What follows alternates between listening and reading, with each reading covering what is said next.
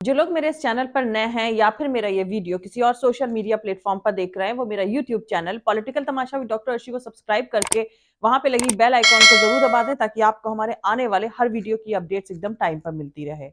और दोस्तों, अगर आपको हमारे वीडियोस इन्फॉर्मेटिव लगते हैं, अगर आपको हमारा काम पसंद आता है, तो आप अपने इस चैनल को सपोर्ट कर सकते हैं इसके पेट्रॉन बन करके या फिर इसकी मेंबरशिप लेकर के। पेट्रॉन का लिंक मैंने इसी वीडियो के डिस्क्रिप्शन में डाल दिया है और मेंबर बनने का लिंक भी इसी वीडियो के डिस्क्रिप्शन में अलग से डाल दिया गया है, जिस पर क्लिक करके आप पेट्रॉन बन सकते हैं या फिर आप मेंबर बन सकते हैं। तो चलिए आज के सियासी तमाशे के सफर को शुरू करते हैं।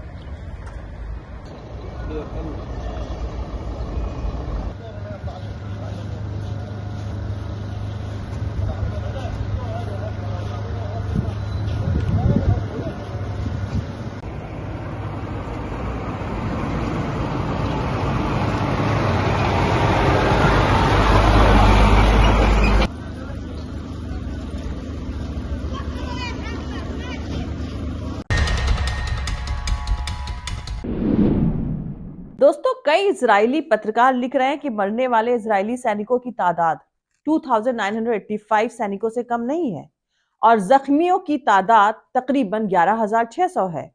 वहीं हमास के स्पोक्स पर्सन ने भी कहा है कि सच्चाई जल्द ही इजरायली अवाम तक पहुंच जाएगी। कहा जा रहा है कि बेंजामिन नेतन्याहू की सरकार गजा में इजरायली फौज को हुए नुकसान की हकीकत को छिपाने के लिए हर मुमकिन कोशिश कर रही है, क्योंकि इसराइल में जनता पहले से ही सरकार के खिलाफ गुस्से में उबल रही है और लगातार बड़े बड़े प्रोटेस्ट कर रही है। इनमें से कई फैमिलीज को अभी तक गजा पर हमला करने वाले अपने रिश्तेदारों के अंजाम की खबर तक नहीं मिली है। जानकारों के मुताबिक हमास ने इस्राएली मिलिट्री इक्विपमेंट की तबाही वाले वीडियो को जिस तरह से जारी किया है, उसको देखते हुए ये नुकसान की तादाद काफी ज्यादा मानी जा रही है। गजा में हमला फिलहाल रुका हुआ है।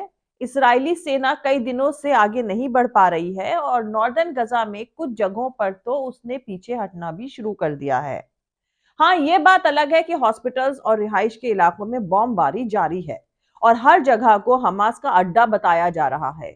वहीं दूसरी तरफ कहा जा रहा है कि जंग के शुरुआत में पहले 3 हफ्तों में हिजबुल्लाह के 60 लोग मारे गए हैं।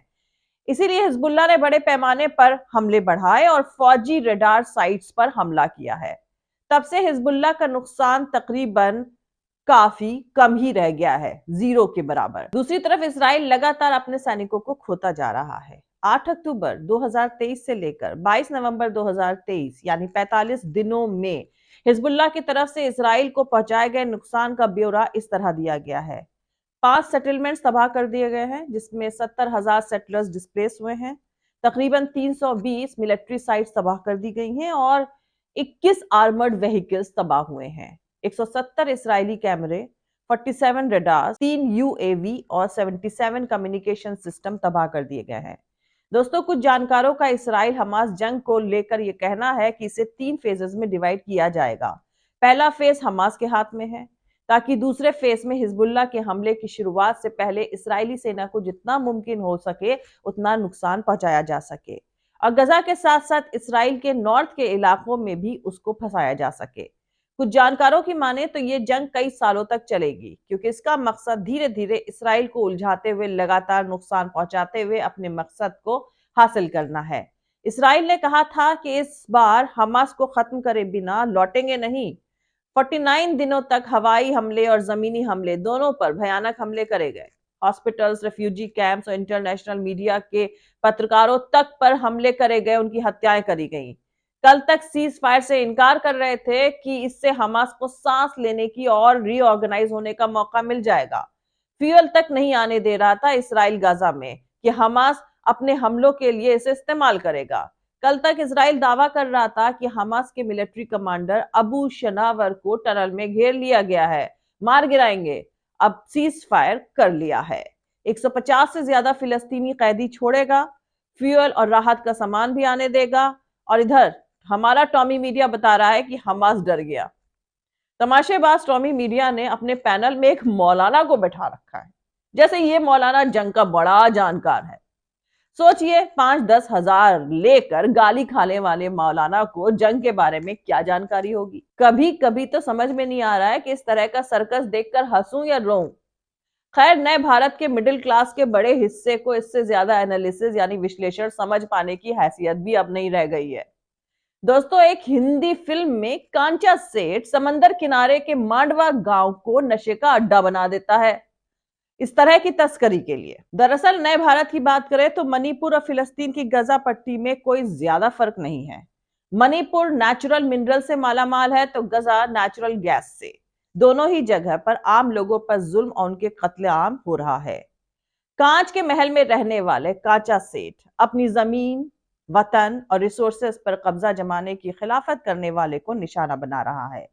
गजा में मासूम बच्चों और औरतों पर बॉम्ब बरसाने के बाद अब इसराइल और उसके दोस्त मुल्क उस गैस पर कब्जा जमाने की नाकाम कोशिश में लगे हुए हैं, लेकिन हमास बीच में दीवार की तरह खड़ा है। इधर मणिपुर के बंद खिड़की दरवाजों के पीछे क्या कांड हो रहा है, उससे नए भारत की नफरत की नशाखोर कर दी गई मिडिल क्लास को कोई फर्क नहीं पड़ता है। गजा और मणिपुर यानी जब दोनों जगहों की बंद खिड़कियां खुलेंगी तो दो कांचा सेठ अग्निपथ पर खड़े नजर आएंगे। दोनों के मुंह पर लगे खून के दाग उनके आदमखोर होने का सबूत देंगे। भारत गजा को देख रहा है और इसराइल मणिपुर को। खबरों के सौदागर गीदड़ों को छीछड़े का इंतजार है। 1948 में फिलिस्तीन एक डेवलप देश हुआ करता था। फिलिस्तीन की खुद की आर्मी भी थी, खुद का एयरपोर्ट था, खुद की बड़ी बड़ी यूनिवर्सिटीज थी, खुद का बड़ा बंदरगाह था, खुद का पानी, खुद की बिजली थी, खुद के मेडिकल कॉलेजेस थे, खुद के साइंटिस्ट थे, खुद का सब कुछ था। लेकिन वेस्ट कंट्रीज को यह सब रास नहीं आ रहा था और फिलिस्तीन देश को दो हिस्सों में बांटकर दुनिया भर से भगाए गए यहूदियों को वहां बसा दिया गया। इसके बाद जो फिलिस्तीनियों के नरसंहार का सिलसिला शुरू हुआ वो आज 2023 तक जारी है। ये सब दुनिया कभी भूलेगी नहीं। एक मुल्क को बर्बाद करके वेस्ट की ताकतों ने एक नया मुल्क दूसरे की जमीन पर इसराइल बसा दिया। खैर, अब आपको बता दूं कि इस्राएली सेना के ऑफिसर्स का कहना है कि कतर की मदद से होने वाले सीज फायर समझौते के तहत फ्राइडे से पहले किसी भी गजाबंदी को रिहा नहीं किया जाएगा। इस्राएली बंदियों के परिवार सीज फायर में देरी पर निराशा जता रहे हैं। उन्होंने इसके लिए इस्राएल की सरकार को जिम्मेदार ठहराया है। उनका सवाल है कि जब आप किसी से समझौता कर रहे हैं तो आपको ये तो साफ साफ पता होना चाहिए कि बंधक कब छोड़े जाएंगे। इसका मतलब है कि इस्राएल सरकार बंधकों की रिहाई को लेकर लापरवाही बरत रही है। दोस्तों, इस्राएल ने फिलिस्तीनी इलाके में हवाई हमले और भारी गोलाबारी अब तक जारी रखी हुई है, क्योंकि यह साफ नहीं है कि लड़ाई में 4 दिन का सीज फायर कब शुरू किया जाएगा। इस्राएली प्रधानमंत्री बेंजामिन नेतन्याहू ने सभी इस्राएली बंदियों को घर लाने का वादा करते हुए जंग जारी रखने की चेतावनी दोहराई है। 7 अक्टूबर से गजा में 14,500 से ज्यादा लोग मारे गए हैं।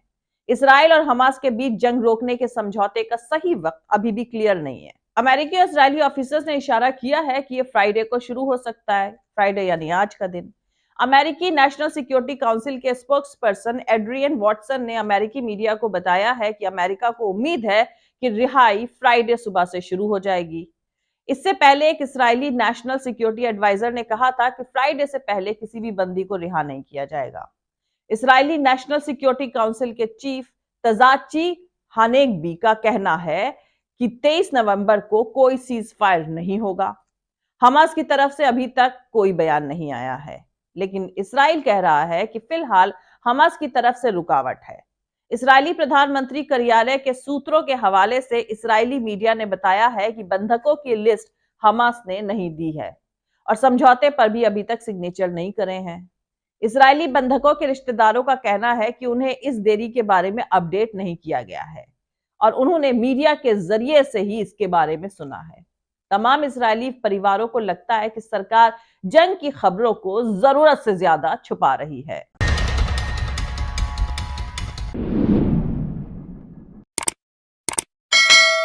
मिलते हैं अगले वीडियो में किसी दूसरे नए सियासी तमाशे के साथ। जय हिंद, सत्यमेव जयते, अल्लाह हाफिज। दोस्तों, हमारा पूरा वीडियो और दूसरे और वीडियोस देखने के लिए हमारा YouTube channel political Tamasha with doctor Arshi को सब्सक्राइब करके वहां पे लगी बेल आइकॉन को जरूर दबा दें, ताकि आपको हमारे आने वाले हर वीडियो की अपडेट्स एकदम टाइम पर मिलती रहे। और दोस्तों, अगर आपको हमारे वीडियोस इंफॉर्मेटिव लगते हैं, अगर आपको हमारा काम पसंद आता है, तो आप अपने इस चैनल को सपोर्ट कर सकते हैं इसके पेट्रॉन बन करके, या फिर इसकी मेंबरशिप लेकर के, या फिर दोनों ही तरीके से। पेट्रॉन का लिंक मैंने इसी वीडियो के डिस्क्रिप्शन में दे दिया है, जिस पर क्लिक करके आप पेट्रॉन बन सकते हैं। और मेंबर बनने का लिंक भी इसी वीडियो के डिस्क्रिप्शन में अलग से दिया गया है, जिस पर क्लिक करके आप अपने इस चैनल की मेंबरशिप ले सकते हैं। और आप हमें फॉलो भी कर सकते हैं हमारे ट्विटर, इंस्टाग्राम और फेसबुक पेज पर। मेरा ट्विटर हैंडल है @अर्शी अजीज खान।